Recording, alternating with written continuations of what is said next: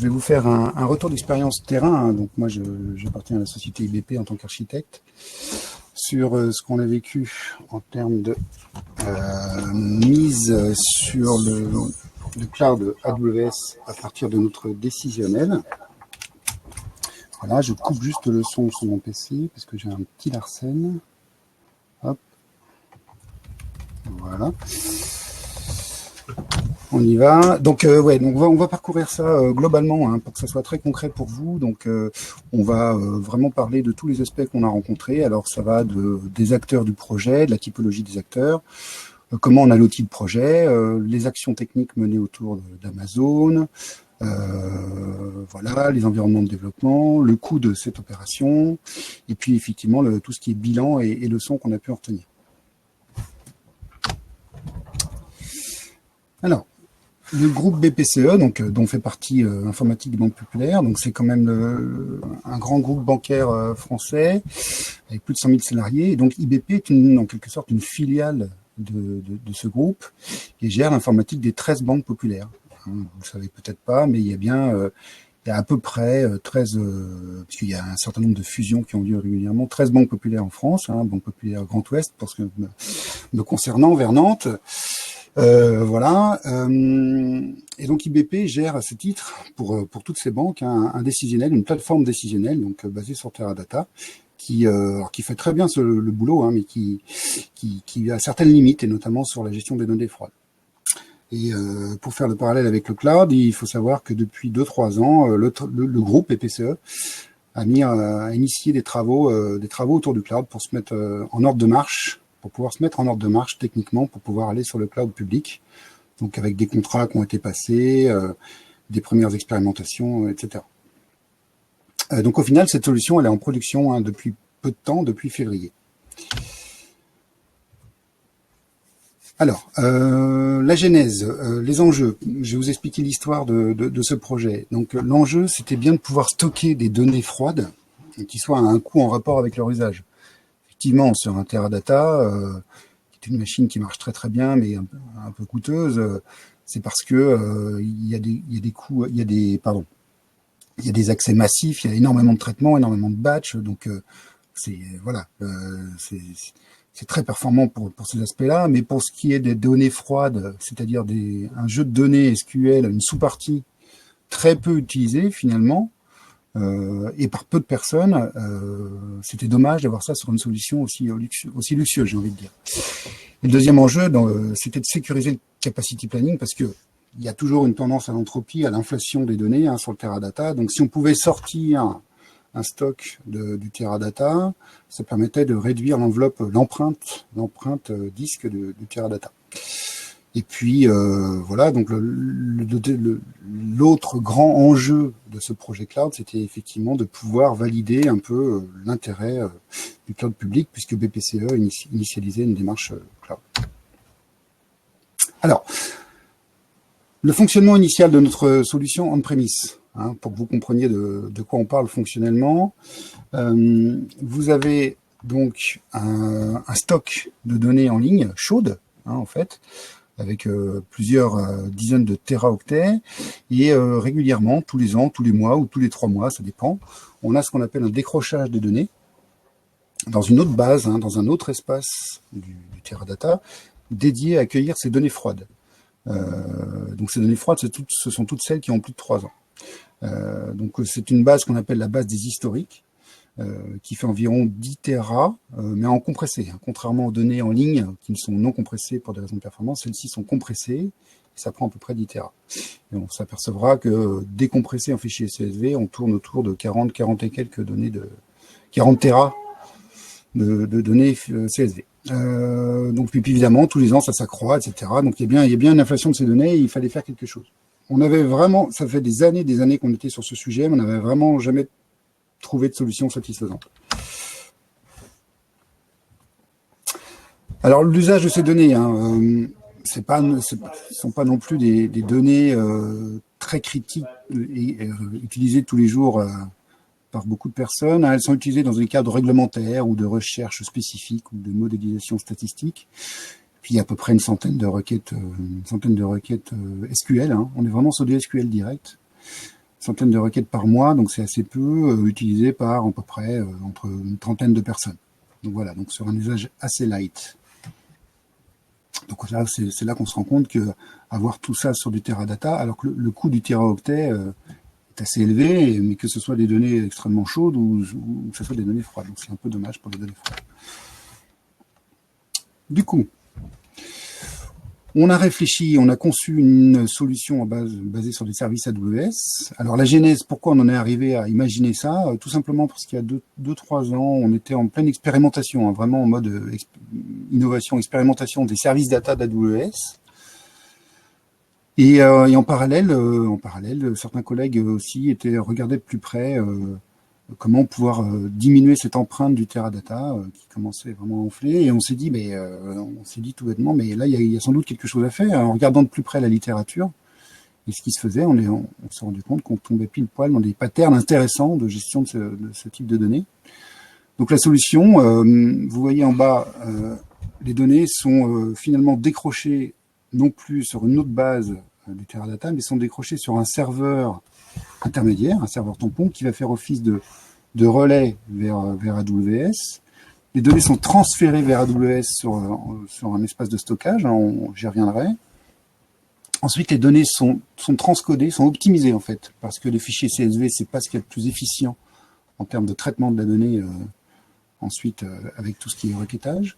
Donc, sont transcodées dans un format parquet, et ensuite, elles sont cataloguées. Donc, il y a vraiment 2 types de traitements sur AWS, transcodage, catalogage. Et une fois que ces données cataloguées, c'est-à-dire qu'elles deviennent interprétables par un système tel qu'Athena, un système SQL, voilà, elles sont mises à disposition du client, qui, par l'intermédiaire d'un ultime service qu'on appelle Athena, qui est une interface web permettant de faire des requêtes SQL,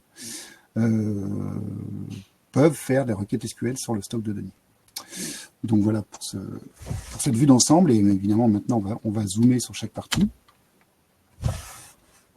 Avant de zoomer, je rappelle, certains le savent, mais pas forcément tout le monde, je rappelle les points forts de ce type de solution, qui, vous le remarquerez, ou pas d'ailleurs, sont complètement serverless. Il y a vraiment 0 infrastructure, aucun serveur. On n'est que sur des services qu'on appelle entièrement managés d'AWS.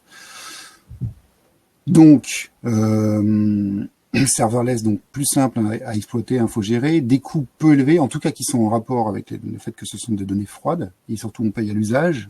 Un des grands avantages du cloud, et là c'est assez criant. On a pu se soucier de la limite de stockage. Il n'y a pas de gestion de capacity planning des disques durs. Et puis le service est dispo 24/24/7/7. Et au vu des benches qu'on avait fait, et en production ça s'est révélé être le cas, les performances, on pouvait se poser la question, mais les performances de requêtage sont tout à fait satisfaisantes. Quelques points aussi pour vous montrer, bon, pour ceux qui travaillent en mode projet, sans doute comme beaucoup d'entre vous, sur les acteurs du projet, pour vous donner une idée de la volumétrie projet. On avait un concepteur-développeur qui était à 100% pendant, ça a duré 1 an, qui était néophyte en fait, qui a été formé, qui a eu tout le cursus de formation qui allait bien, un architecte, c'était moi-même d'ailleurs. Voilà, moi j'étais plutôt sur un quart temps.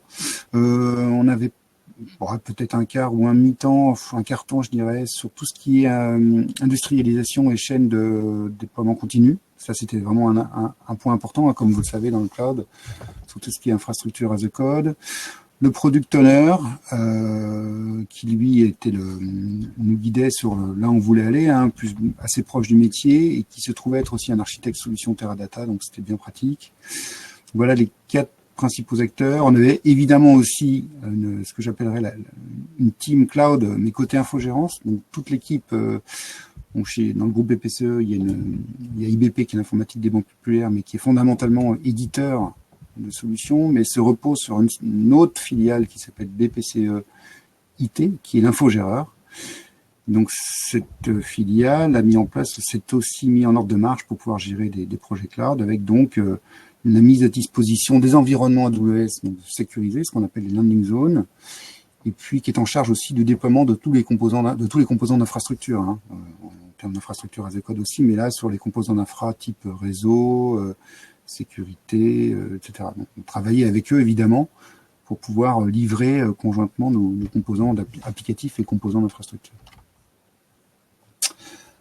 En termes de gestion de projet aussi, juste un mot, hein, le projet quand même finalement a duré assez longtemps, à peu près plus d'un an.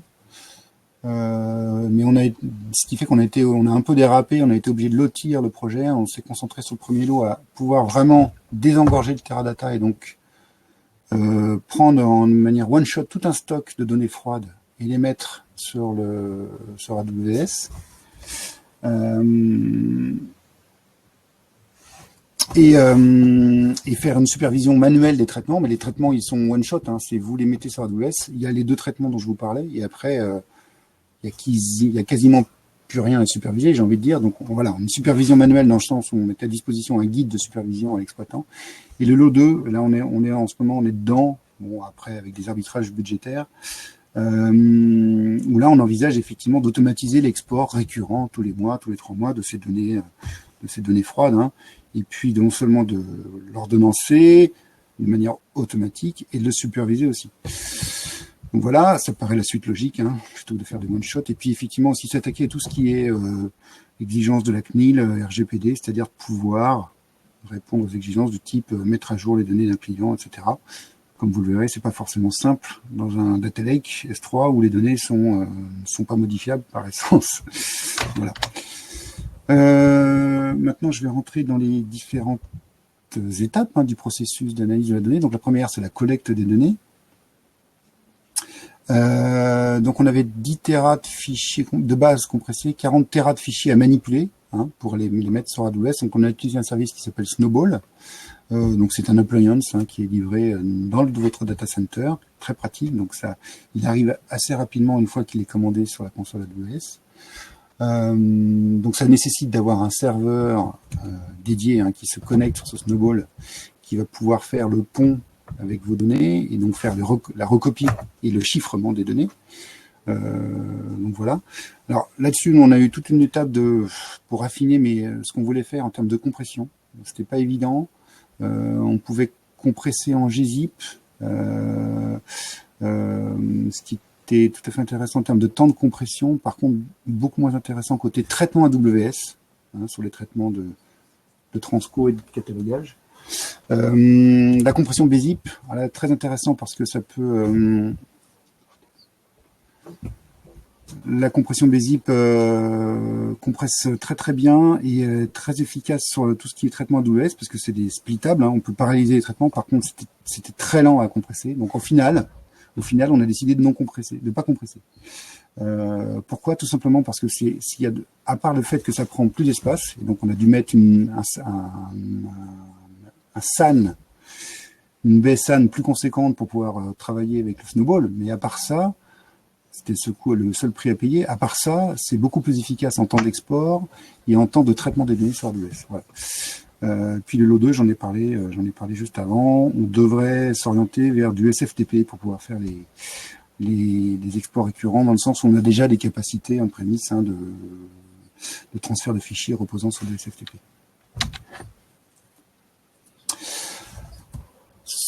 Donc voilà, j'étais sur la collecte, sur le stockage des données. Alors, stockage des données sur un service que vous devez connaître, hein, qui s'appelle S3, donc organisé en buckets. Donc on a utilisé 5 types de buckets différents.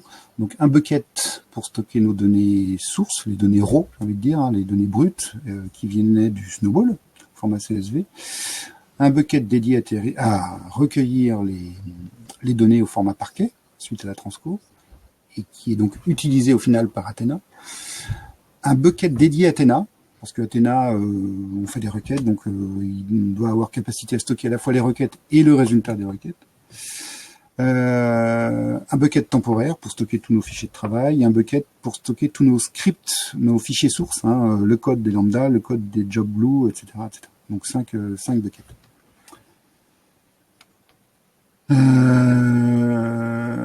Delta Lake, oui, je vois ça dans les commentaires. Effectivement, si ça fait écho à Databricks, ouais, effectivement, ça aurait été une bonne solution. Bon, on l'a découverte après, pour faire la mise à jour. Bon, peut-être que ça aurait été aussi peut-être plus coûteux en termes de licensing, je ne sais pas. Mais on va y arriver. L'organisation des données sur le S3. Alors, je me focus juste sur les buckets des données raw et des données cibles. C'est intéressant de comprendre, de voir comment nous on s'est organisé, sachant qu'on est un peu particulier. On a des banques, donc c'est pas pour ça qu'on voit la notion d'ID bank. On a des banques pour lesquelles il faut absolument que les données soient étanches. Il ne faut pas que les banques puissent voir les données des autres banques. Et puis aussi, en termes de performance, tant qu'à faire, il faut que les banquiers d'une certaine banque, donc là, ce que j'appelle le code d'établissement de la banque, l'ID bank, quand ils font leurs requêtes, que ça ne scanne, que ça ne utilise que les partitions de leur banque et pas toutes les partitions, sinon ça serait ridicule. Donc voilà, donc dans le bucket cible parquet, on a bien partitionné par banque. Vous avez bien une partition par banque et on a même des sous-partitions qui potentiellement peuvent nous servir. C'est pour ça qu'on les a mises en place en fonction de l'ancienneté de la donnée, période, et de la date de capture de la donnée. Voilà. Dans les buckets sources, donc on a une organisation par base, puisqu'on a plusieurs bases en fonction des métiers, et pour chaque base on a plusieurs tables. Donc on a bien une organisation par base et par table, et au sein donc un répertoire par table, et au sein de ce répertoire, on a donc chaque banque à la même table, mais à ses propres données. On a donc un fichier par banque, avec une nomenclature adéquate, et puis on a un fichier de métadonnées qui comprend un certain nombre d'informations, notamment le type de chaque colonne, de chaque donnée. Ça nous servira ensuite à faire la transco. Voilà pour l'organisation sur S3. Pour continuer sur le stockage des données, alors je vous rappelle, pour ceux qui ne connaîtraient pas ces nuances, sur S3, on a différentes classes de stockage, la classe standard infrequent access et one zone infrequent access. Donc nous, on a bien retenu la one zone IA, tout simplement parce qu'elle nous était suffisante et on n'a pas de risque, de gros risques, même si c'est d'une seule zone de availability. Même si dans le scénario de pire, on perdait nos données, on a tout sauvegardé sur bande, de toute façon. Donc voilà, on a pu se permettre le One Zone IA, qui du coup était encore moins cher. En termes de stratégie aussi sur S3, on a activé le versionning sur le bucket parquet. Tout simplement parce que j'ai envie de dire, ça mange pas de pain. On n'aura pas plusieurs versions de fichiers, donc ça coûtera pas plus cher. Sauf que le versionning permet d'éviter de perdre des fichiers. Si vous les perdez, vous pouvez les récupérer. Et puis, alors il faut savoir que c'est bien le bucket cible ou parquet qui est utilisé. Le bucket source, lui, ne l'est plus une fois que le parquet existe. Donc, malgré tout, on les garde 2 mois. Bon, aujourd'hui, on ne sait pas encore trop. A priori, 2 mois. On est en train de voir si ça peut nous servir pour ces histoires d'exigences RGPD là, pour mettre à jour des données, s'il faut repartir des données sources ou pas. Sur la préparation des données. Alors, la préparation des données va reposer sur un autre service qui s'appelle Glue, qui est un service complètement managé, qui est l'ETL, enfin, un service d'ETL d'AWS qui contient différentes fonctionnalités, une fonctionnalité de catalogage de la donnée, qui contient aussi tout ce qui est job, permet de faire de l'ETL proprement dit, extract, transform, load, et puis qui contient aussi toute une partie scheduling de ces jobs.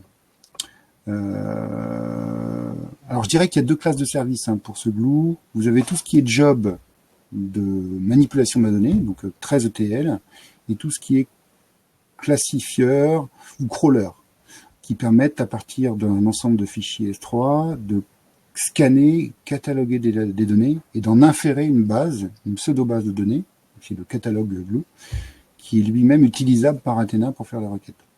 Donc là, ce petit graphique, pour vous montrer quoi? Pour vous montrer qu'on s'est posé certaines questions autour du catalogage.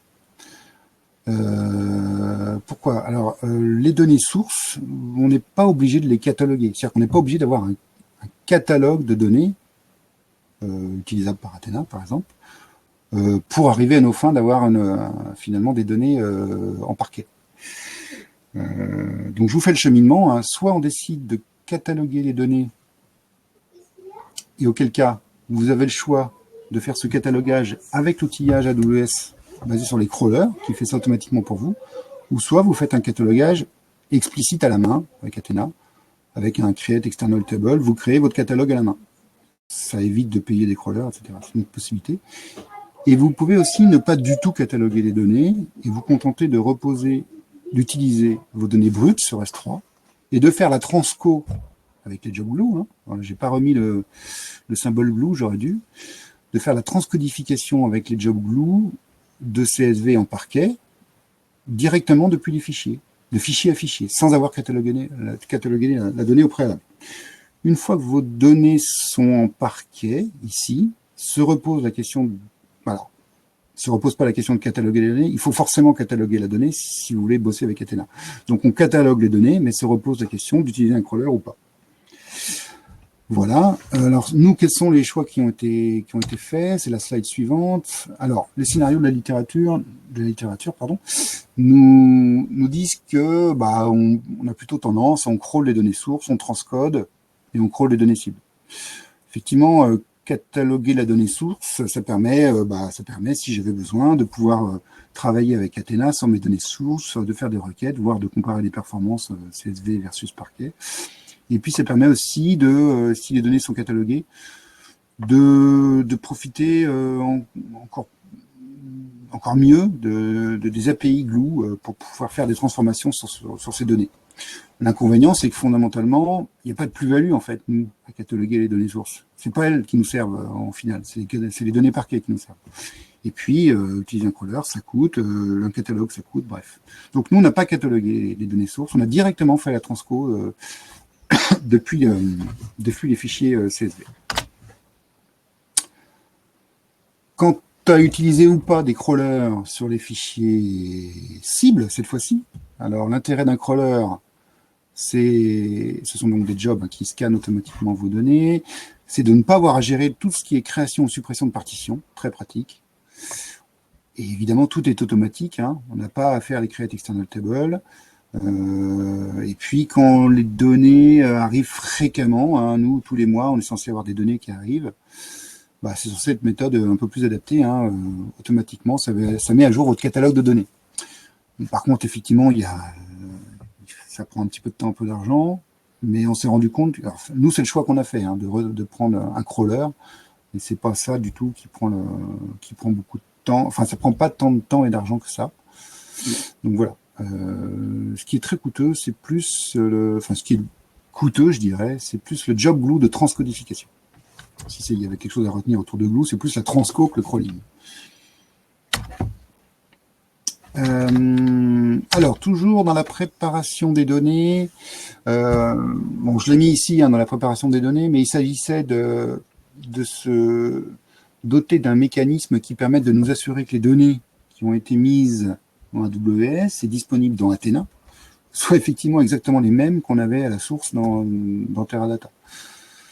Parce que même si on voit que les jobs ont bien marché, il fallait mieux s'en assurer. Donc en fait, on a fait reposer ça sur des traitements statistiques, hein, des petits jobs, des petits batchs qu'on a fait tourner sur les données sources et sur les données cibles. Alors les mêmes jobs qui comptent des lignes, qui font des agrégats sur les colonnes numériques, qui font des moyennes, etc., qui comptent des valeurs différentes. Et voilà, et on compare ces statistiques entre la source et la donnée pour s'assurer que tout est bon. Donc voilà, ça c'est effectivement quand même un point important. Il ne faut pas juste se contenter de mettre la donnée et que les jobs ont été OK. Il faut vraiment s'assurer que ce qui est en cible est identique à ce qu'on avait en source.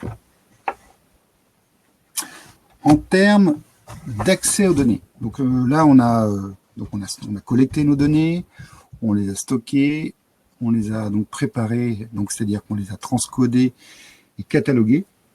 Maintenant, il faut qu'elles puissent être accédées. Donc, comme je le disais, en fait, on a 13 banques différentes. Elles ont le même modèle de données, hein, donc elles ont toutes les mêmes bases, les mêmes tables, c'est juste les données qui varient. Et il faut que chaque banque ne voit que ces données. Donc, il fallait qu'on réfléchisse comment on organise tout ça dans Athena. Est-ce qu'on met une seule base avec des droits d'accès différents, plusieurs bases, etc. Donc, le choix qu'on a retenu. Finalement, comme on a un acteur un peu particulier qui est l'organe central des PCE, qui lui doit avoir accès à toutes les bases, par contre, ce qu'on a fait, c'est qu'on a mis en place une seule base qui contient toutes les tables, qui sont des tables toutes banques. Hein. Vous avez les données de toutes les banques. Donc cette base, elle est accessible par l'organe central BPCE, elle a le droit d'accès à toutes les bases, à toutes les données.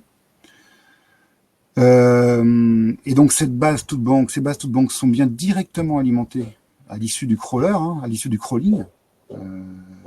catalogage des données, au catalogage des données parquet.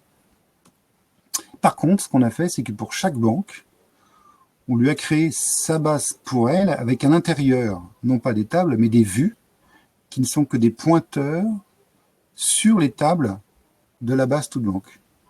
Ce qui fait que finalement, c'est que le banquier A qui se connecte, il voit sa base à lui, avec des vues à l'intérieur, mais il ne s'en rend pas vraiment compte, qui sont des pointeurs sur les tables de la base toute banque. Donc c'est des pointeurs sur select étoile from la base toute banque, where ID bank égale banque A. Donc voilà, donc comme ça, les accès sont bien segmentés, ça optimise les accès, parce que d'un point de vue partition S3, ça va bien se plugger que sur les données S3 qui sont liées. Donc voilà comment on a organisé nos données, une base toute banque, et puis des vues, en fait, pour chaque acteur. Donc dans Athena, là, l'accès aux données dans Athena, c'est un petit peu ce que je viens de vous dire, l'organisation dans Athena, une base toute banque accédée par BPCE, et une base par banque. Le message en plus sur cette slide, c'est la segmentation au sein d'Athena même. En fait, il a bien fallu, en plus, restreindre les droits d'accès aux données. Pardon. Je parle des workgroups, en fait. Les workgroups Athena, on a découvert ça un peu sur le tard, qu'on a eu des conflits un peu entre les banques. C'est que chaque banque doit pouvoir faire ses requêtes sans voir les requêtes des autres et les résultats de ses requêtes. Et ça passe par le concept de workgroup Athena, qui est un concept important. Ça permet de séparer les espaces de travail entre groupes d'utilisateurs et donc, en l'occurrence, entre banques. Donc ça, c'était important. Et là, ce que je rappelle aussi, effectivement, c'est qu'avec IAM, avec les policiers, les policiers IAM ont été attachés au rôle des banquiers. Ça, j'en parle un peu plus loin. Mais les banquiers se connectent à la console AWS en héritant d'un rôle particulier. On a pu restreindre les droits d'accès, non seulement aux données S3, pour qu'ils ne voient que leurs données sur la partition, et puis l'accès uniquement à leur base et à leur vue. Donc voilà, donc avec IAM, vous limitez les droits d'accès, et avec les workgroups, vous vous assurez qu'il n'y a pas de mélange entre les genres, entre les banques sur Athena. Alors, l'ordonnancement de tout ça. Donc là, on a vu un peu toutes les grandes étapes, collecte, stockage, préparation, accès, l'ordonnancement. Donc là, c'est le schéma d'architecture en quelque sorte. Mais là, on voit vraiment comment s'enchaînent les étapes. Vous avez donc à la granularité de table. Donc vous avez un fichier pour une table, pour une banque, donc qui arrive sur votre bucket S3, qui va avec un S3 event, un événement S3, qui était préprogrammé, déclencher une lambda qui est commune à une seule lambda qui fait tout le job.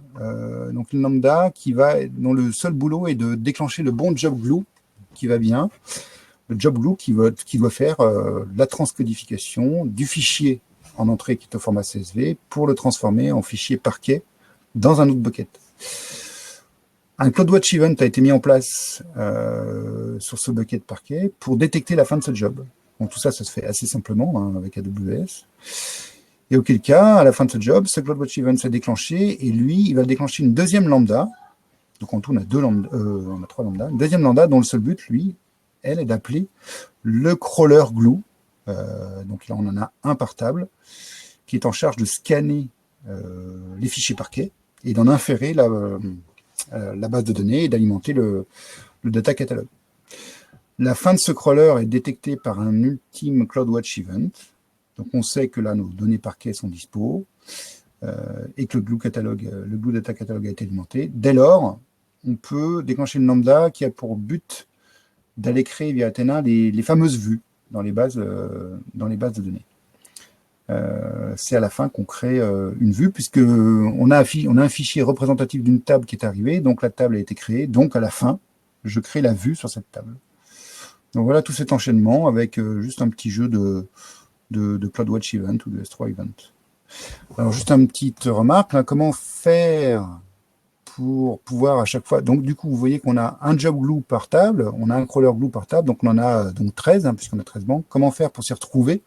En fait, il faut savoir que dans un événement du type S3 Event, vous avez un ensemble de métadonnées, d'informations autour de cet événement, dont le nom du fichier qui est traité, qui est arrivé. Or, ce nom de par la nomenclature qu'on a arrêtée, porte le nom de la table.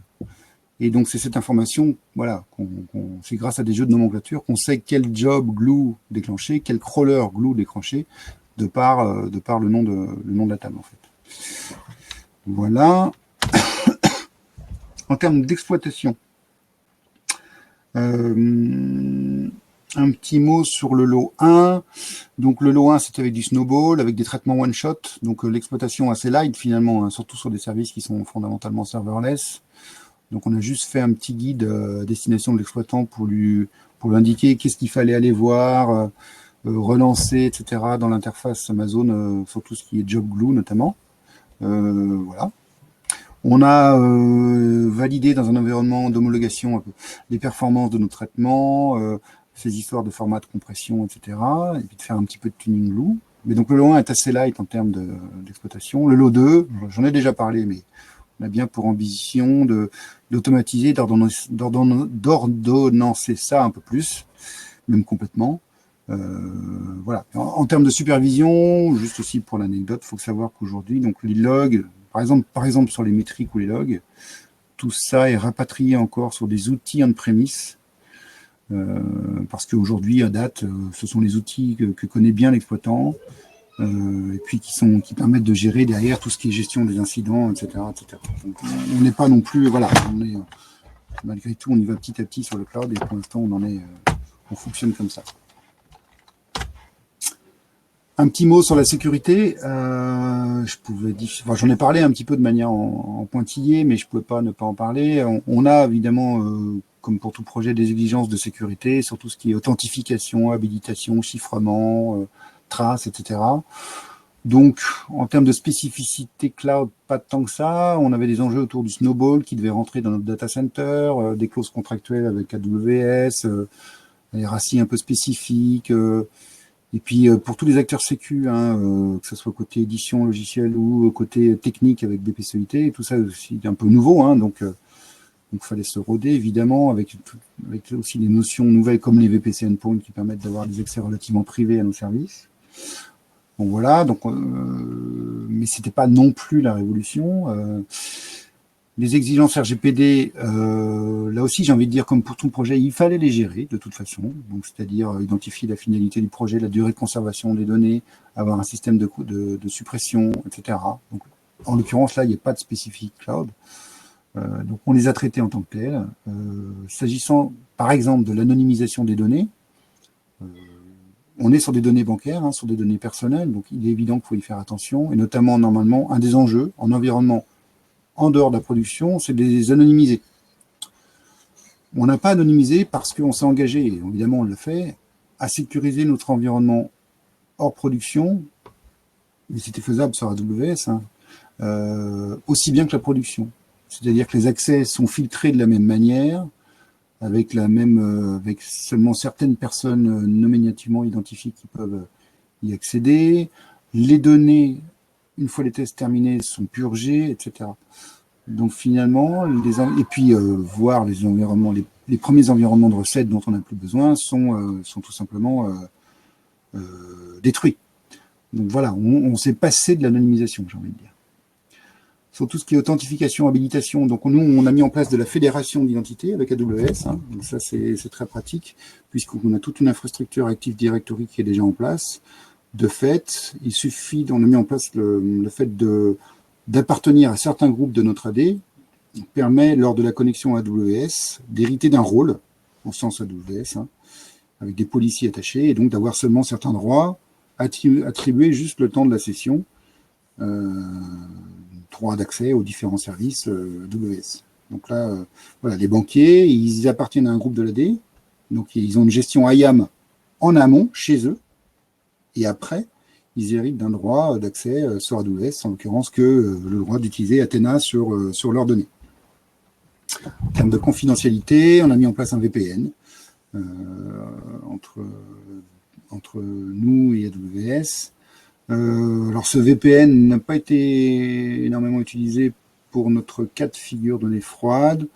Ça le sera pour le transfert de fichiers, évidemment. Et puis sur le chiffrement des données, on a utilisé KMS, en fait, hein, Service Manager qui permet de gérer les clés, la master key notamment, qui permet de gérer le chiffrement des données sur S3, qui elles-mêmes après sont manipulées par Glue, etc. Tout ça est géré par KMS, donc extrêmement pratique. Un petit mot sur les environnements de développement. Je ne vais pas trop m'attarder. Alors moi, je bossais avec un ingénieur conception-développement qui avait son poste, lui, alors qui était aussi néophyte, mais qui avait son poste avec son propre environnement de développement Python, parce que les Job Glue étaient développés en Python, et puis qui se connectait aussi directement dans la console pour vérifier les développements de Lambda et les Job Glue. On n'a pas utilisé de ce qu'on appelle les développements de 10-point Glue. Voilà. Sur la chaîne CI/CD, donc là, sur la slide d'après, j'ai un schéma, mais en 2 mots, nous, on est déjà on-premise utilisateur de toute une filière X de Xebia Labs, hein. XL Release, XL Deploy, plus Jenkins à la manœuvre. Pour ce qui est des projets de type cloud, ce qui était retenu pour les données froides Teradata, c'est donc du Terraform qui déploie les services cloud. Et pour tout ce qui est couche applicative, hein, c'est-à-dire par exemple pouvoir déployer le code de mes Lambda, de mes Glue, c'est donc du XL Release plus Terraform. Enfin, XL Release qui pilote le Terraform. Alors ça, c'était parce qu'on était un petit peu nouveau sur ces enjeux-là. Maintenant, les autres projets cloud qui démarrent hein, dans le groupe ont une variante un peu de ça. C'est toujours basé sur Terraform pour tout ce qui est service d'infra, j'ai envie de dire, réseau, sécu, et sur toute la couche applicative. Donc, il s'agit de déposer du code et de déployer des services applicatifs. Là, on repose sur du XL Deploy. Donc, XL Deploy va à la fois déposer le code, par exemple, sur du S3, avec un plugin AWS, et va aussi utiliser un plugin Terraform pour tout ce qui est gestion des services AWS. Voilà, c'est un schéma qui vous illustre un peu, et donc là, la slide d'après explique un peu tout ça, qui explique l'organisation et l'articulation entre Jenkins, Terraform, Bitbucket et les services. Je ne vais pas trop m'attarder. Je vais voir s'il me reste du temps à la fin, j'y reviendrai. Et de toute façon, sinon, tout est expliqué sur cette slide-là. Donc, je vous mettrai à disposition les slides. Mais voilà, donc Bitbucket qui est gestionnaire de sources. Jenkins, pipeline qui permet d'alimenter et de cadencer les travaux entre Terraform et Bitbucket. Bon voilà, je ne m'attarde pas là-dessus, j'y reviendrai à la fin. Si j'ai du temps, je préfère assurer la fin de la présentation. Sur les coûts, alors c'est toujours intéressant de parler de coûts. Alors, le Teradata on-premise, alors ça marche très très bien, c'est ça aussi qu'on paye, donc, mais ça coûte un peu. Donc, 10 Tera, tout frais compris, hein, donc pièce à main d'œuvre, c'est entre 150 et 200 000 euros par an. Là, sur AWS, si on additionne tous les coûts, alors c'est jamais très simple de faire le calcul, mais on est autour de 15 000 à 20 000. Donc on a un facteur 10 hein, concrètement. Le stockage est très très peu élevé, le coût du stockage sur S3. Le coût du requêtage Athena est très peu élevé aussi. Hein. De mémoire, on est à 5 $ du Tera analysé. Voilà, et vu qu'on a très peu de requêtes par mois, ça coûte pas cher. Je dirais ce qui coûte un peu finalement, et ça on n'y pense pas forcément, surtout qu'on fait une architecture nominale avec Glue, avec Athena, avec S3, c'est tout ce qui est aussi service d'exploitation, hein, c'est-à-dire les CloudWatch pour rapatrier les logs, les CloudTrail pour auditer tout ce qui se passe, etc., etc. Ça peut coûter un petit peu, faut pas oublier d'y jeter un œil quand même. Voilà, mais quand même, grosso modo, il y a quand même un facteur 10 en termes de coûts pour diminuer les coûts par rapport à une solution on-premise. Alors, c'est pas du tout une solution Teradata, hein, on-premise, on parle juste de données froides. Hein. Donc voilà, ça s'y prêtait vraiment très bien parce que c'était on-premise, on faisait quelques requêtes SQL, et là, avec Athena, on fait quelques requêtes SQL. Voilà. Mais nous, le bilan qu'on a fait là-dessus, c'est que ça nous a vraiment mis pied à l'étrier sur tout ce qui est solution big data, j'ai envie de dire, avec AWS. Hein. En tout cas, c'est un premier pied à l'étrier pour voir ensuite ce qu'on pourra en faire.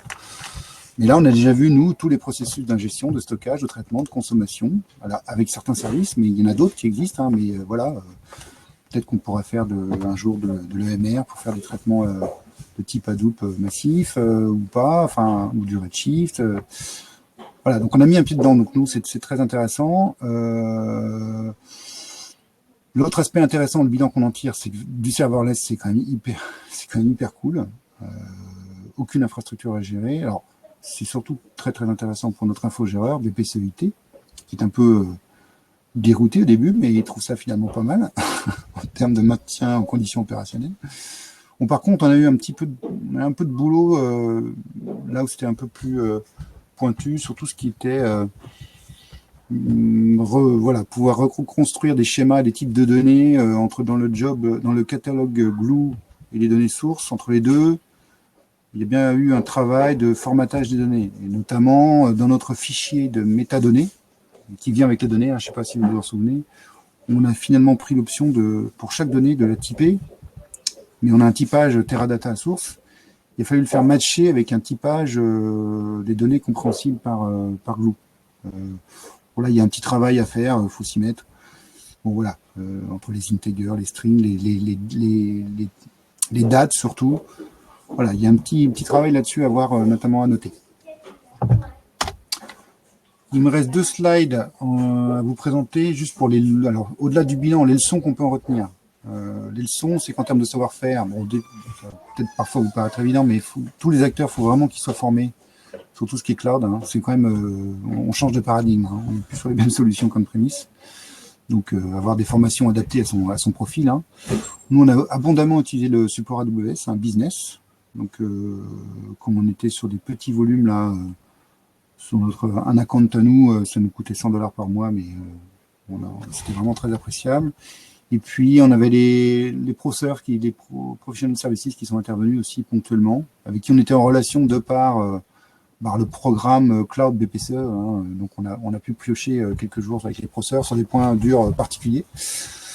Voilà, en termes de méthodo, pas grand-chose à dire. Hein. C'est du méthodo classique. Alors effectivement, avec le cloud, on parle beaucoup d'infrastructure as a code, de DevOps et de You Build It, You Run It. Bon, bah ça, c'est à vous de voir. Hein. Effectivement, c'est une cible peut-être idéale. Enfin, quand ça déboule, enfin, on débarque pas avec ce type de modèle comme ça dans une grosse boîte comme BPCE. On sait qu'on peut essayer de tendre vers ça, mais pour l'instant, c'est You Build It et c'est quelqu'un d'autre qui le run. Hein. On a toujours un infogéreur. Alors on peut maintenant essayer d'arriver à faire en sorte que ce soit nous qui déployons en production, mais ce n'est pas encore le cas, mais on va sans doute y arriver. Mais le Runit, nous, il est bien encore séparé. Mais bon, voilà, on a sensibilisé la production à ce genre de technologie, c'est déjà bien. Techniquement parlant, les données froides, alors attention, hein, quand il s'agit de gros volumes, n'oubliez pas de faire attention. Des fois, on entend des cas d'usage où j'ai mis des pétaoctets sur AWS, etc. Il faut quand même réfléchir à comment on transfère tous ces données. Hein. Bon, bah, il s'avère que dès qu'on a beaucoup de données, le Snowball est quand même une très bonne solution. Mais même avec un Snowball, il faut quand même les sortir du Teradata pour les mettre sur Snowball. Et quand si vous avez plusieurs dizaines de teraoctets, ça prend du temps. Tout ce qui est DevOps, infrastructure as a code, là aussi, c'est des nouveautés. Hein, avec le Terraform, ça s'improvise pas. Il faut vraiment s'organiser pour et avoir des personnes qui s'y connaissent, voilà, qui sont sponsors et qui s'y connaissent. Attention aux soft limits. Hein, tous les services AWS sont des soft limits. Il faut faire attention à ça. Renseignez-vous sur les soft limits des services que vous allez utiliser. Les performances, on en a parlé, je vais pas y revenir. Les best practices à suivre. Et enfin, je dirais... je vois une question, là, j'en profite pour rebondir un peu sur les questions en même temps, ça fait un peu d'animation. Lake Formation. Alors, on n'a pas utilisé Data Lake Formation parce que tout simplement, il est sorti après. En fait, mon projet, là, lui, il a démarré en septembre 2018. Donc, le temps a vite passé, mais enfin, voilà, donc le Data Lake Formation n'était pas sorti. Dernière leçon, si c'était à refaire aujourd'hui, bon, je serais encore partagé. Je serais évidemment cloud, centrique, mais Je me poserais la question d'une base SQL Cloud, de type Snowflake ou pourquoi pas Redshift ou Aurora Serverless, parce que finalement les coûts, je pense, seraient quand même moins chers que du Teradata. Surtout, voilà, quand vous avez des services qui sont capables carrément de s'arrêter s'il n'y a plus d'activité, hein, type Aurora Serverless, Snowflake, Redshift, je sais plus. Voilà, parce que ce type de base, en plus, ça permet de se concentrer juste sur la migration des données, hein, de base à base. Il n'y a plus de transcodification, de crawling, etc. Là, on est vraiment, voilà, on transfère des données d'une base à une autre. Et puis maintenant, les données, enfin les bases comme les bases SQL de type Aurora, ça va jusqu'à 64 Tera, donc c'est quand même pas mal. Et puis les bases de type décisionnel, bon là il n'y a pas de limite. Et puis nous, les données fondamentalement, elles étaient structurées, hein, c'était du Teradata. Donc un data lake, S3, etc. Bon, ça gère du structuré, mais c'est fait aussi pour agréger tout un tas de données qui sont pas forcément structurées. Bon. Et puis surtout ce qui est exigence RGPD CNIL, hein, avoir une base de données SQL, nativement on peut gérer toutes les transactions de mise à jour, de suppression. Bon, malgré tout, on regrette pas, hein, on est parti là-dessus. C'est quand même considéré, c'est quand même moins cher, c'est considéré comme moins cher. Et puis surtout, on a mis un pied dans un data lake AWS, hein, avec tous les services de base de type S3, Glue, etc. Donc nous, on a appris plein de choses. Donc c'est pour ça qu'on est parti là-dessus. Bon, mais il faut savoir qu'il faut se poser la question. Si vous avez le même genre de problématique, maintenant des bases SQL Cloud, on en voit beaucoup, hein. Donc la question pourrait être posée. Alors, est-ce qu'une suite logique serait de supprimer le Teradata et faire venir directement les données sources dans S3? Alors, c'est une très bonne question. En tout cas, une suite logique, ce serait de se poser les questions de cette brique Teradata qui est du décisionnel, de voir si on pourrait mettre tout ça dans du cloud pour profiter des avantages du cloud, de l'élasticité, du paiement à l'usage, etc., etc. Il faut savoir que Teradata, c'est quand même une grosse bécane, très optimisée, c'est des moteurs massivement parallèles, donc on peut pas, enfin en tout cas on peut pas mettre ça sur du S3 et du catalogage de Tena, c'est juste, ça n'a pas de sens, enfin c'est pas possible, ça n'a pas de sens. Par contre, il existe des solutions de type basées sur des moteurs massivement parallèles, hein, de type décisionnel, qui sont cloud-centric, qui sont cloud. Donc il y a Snowflake qui est un acteur qui pèse déjà plus lourd que Teradata en bourse, hein. Il y a Redshift qui est la solution d'AWS. Voilà. Donc ce genre de choses, on a commencé à regarder, c'est vraiment intéressant. Voilà. Il n'est pas coté en bourse Snowflake. Ouais, mais il est valorisé quand même quelques milliards. Il n'est peut-être pas au Nasdaq. Donc voilà, donc j'ai terminé ma présentation, donc il reste 5 minutes, donc je vais remettre, je vais regarder les questions pour voir si je peux vous répondre. Alors, est-ce que vous avez des questions? Si vous avez des questions, n'hésitez pas à les mettre par écrit, puis j'y répondrai oralement. Qu'est-ce que je vois?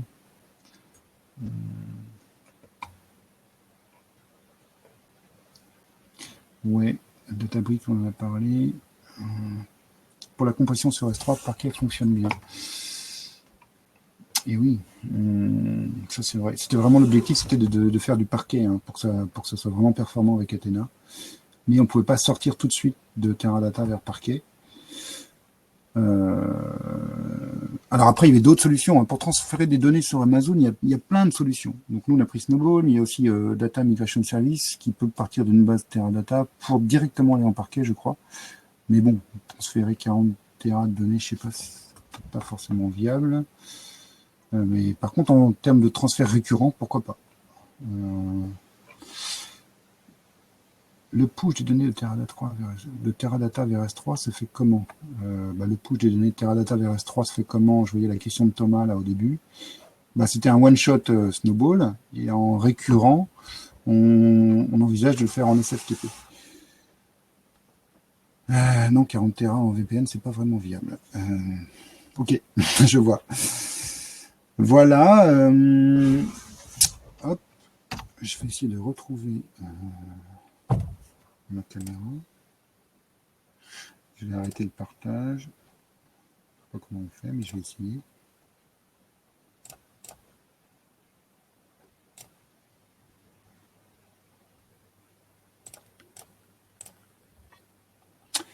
Voilà, j'ai fini là. J'ai fini. Si vous avez d'autres questions, il reste 3 minutes.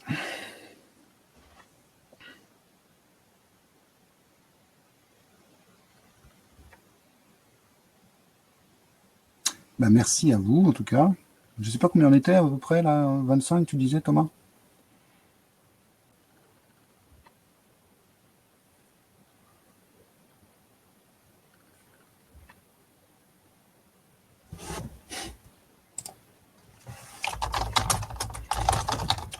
Merci à vous tous. C'était un petit peu la panique au début. J'ai mon ordinateur qui a planté, évidemment, à H-2 secondes. Mais finalement, ça l'a fait.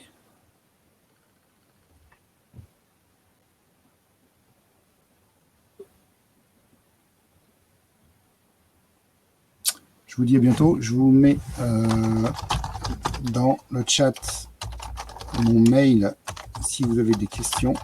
Hop. Bon, ça devait être dans ma fiche d'identité, j'imagine. Dans mon profil CloudWest. Voilà. Je vous souhaite une bonne journée. À bientôt.